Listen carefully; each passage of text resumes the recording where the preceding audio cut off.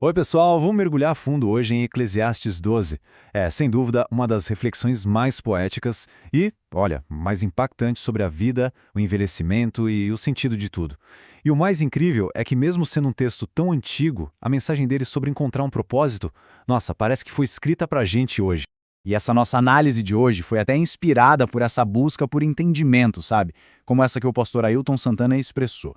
Então, com essa ideia na cabeça, a gente vai decifrar esse capítulo juntos, passo a passo, versículo por versículo. Vamos lá. Bom, o capítulo já começa com um chamado bem direto, sabe? É quase um alerta urgente. Viva com intenção, aproveite enquanto a juventude e a vitalidade ainda estão aí. É tipo um convite para agir agora, antes que o jogo vire. E logo de cara, esse primeiro versículo já coloca as cartas na mesa. Ele cria essa tensão, né? De um lado, tá toda aquela energia da juventude. Do outro, o declínio que a gente sabe que uma hora chega com a idade. A mensagem é bem clara. Não dá para desperdiçar o tempo mais precioso que se tem. E é exatamente aqui que o tom da conversa muda. O texto vira um poema. E que poema! É uma alegoria longa, linda, sobre o processo físico de envelhecer. Olha, é de verdade uma das descrições mais ricas que existem na literatura. Então, a gente precisa se preparar para uma linguagem que é pura metáfora. O autor, o pregador, não está falando de forma literal, de jeito nenhum. Ele está pintando um quadro. Cada imagem que ele usa tem um significado bem mais profundo. E o nosso trabalho aqui é justamente descobrir o que cada uma delas quer dizer. Mas o que isso significa na prática?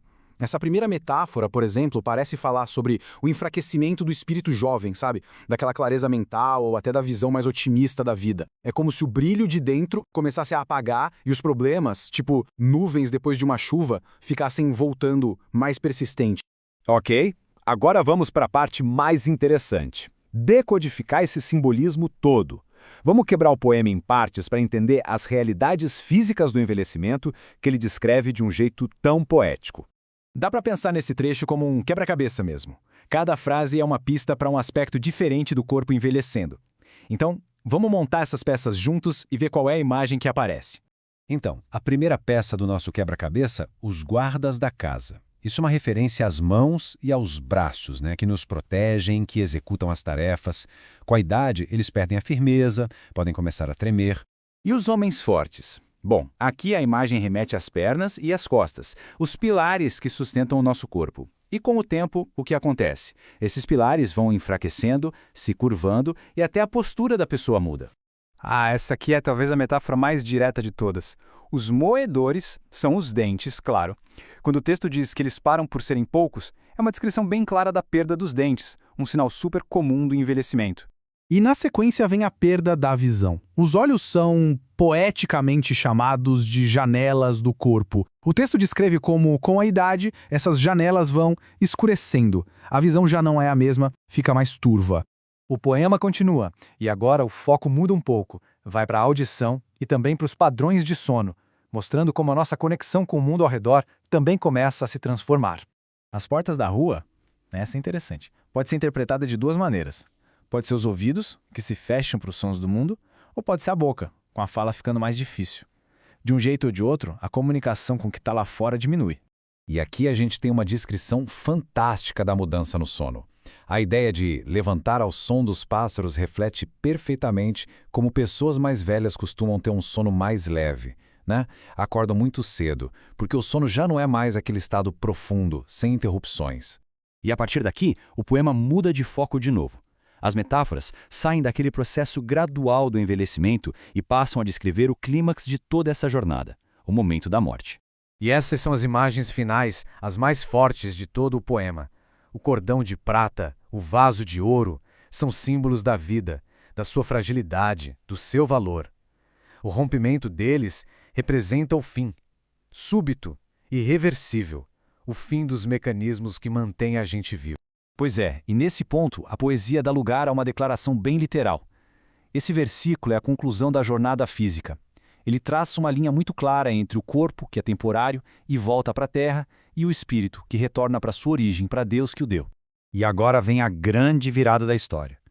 Depois de descrever com tantos detalhes o problema do envelhecimento e da morte, o autor finalmente apresenta a sua resposta, a solução para o grande enigma da vida. Primeiro, ele repete aquele famoso refrão: vaidade de vaidades. Tudo é vaidade. Esse é o problema central que o livro inteiro tenta resolver. Como é que se encontra um significado de verdade numa vida que parece tão passageira, tão vazia às vezes?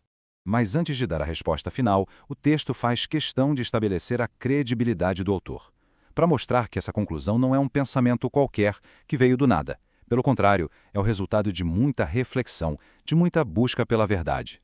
E então aqui está a conclusão de tudo. Depois de toda essa análise sobre a vida, a velhice, a morte, a resposta é, de uma forma surpreendente, bem simples e direta. O propósito de tudo, segundo o texto, se resume a esses 2 passos. E o último versículo amarra todas as pontas. Ele basicamente diz que as nossas ações nessa vida que parece tão passageira não são em vão. Elas importam sim. Elas têm um significado eterno, porque, no final das contas, tudo que foi feito vai ser avaliado. E é assim que essa sabedoria de séculos nos deixa com uma pergunta que é super atual. Diante da certeza de que vamos envelhecer e de que a vida tem um fim, a grande questão não é como evitar o que é inevitável. A questão é como preencher o tempo que a gente tem com um propósito de verdade. A reflexão final agora fica para cada um de nós.